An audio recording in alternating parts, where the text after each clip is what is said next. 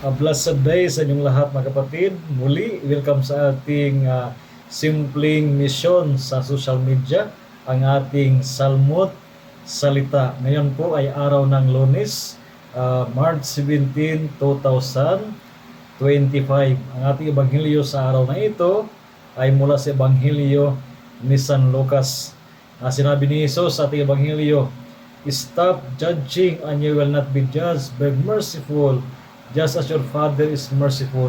Ito ay mga konkretong panyaya sa atin sa ating paghahanda ngayong panahon ng Kwaresma tungo sa ating taunang pagsasariwa ng ating binyag at para din sa ating pagdiriwang ng Pasko ng muling pagkabuhay ng ating Panginoon. Sana habang nating ginagawa ang masubsob sa pananalangin, pag-ayuno at mga kawanggawa, dahan-dahan po na nagbabagong anyo ang ating mga sarili.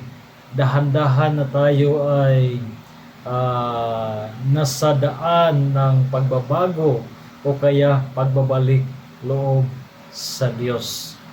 Nasa magitan ng ating pakikinig sa salita ng Diyos, sana ay dahan-dahan din na magiging kamukha tayo ng Panginoon. Nais mo ba maging kamukha ng ating Panginoon?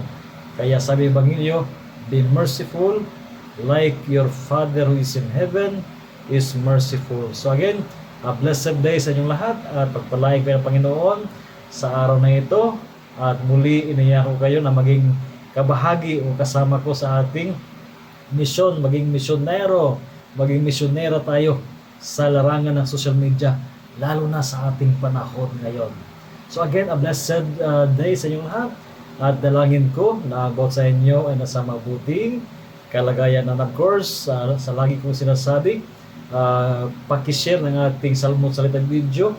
Malay natin, baka marami tayong matutulungan, lalo na ngayon pa ng Kwaresma sa paghahanda ng ating mga sarili. So again, a blessed day sa inyong lahat.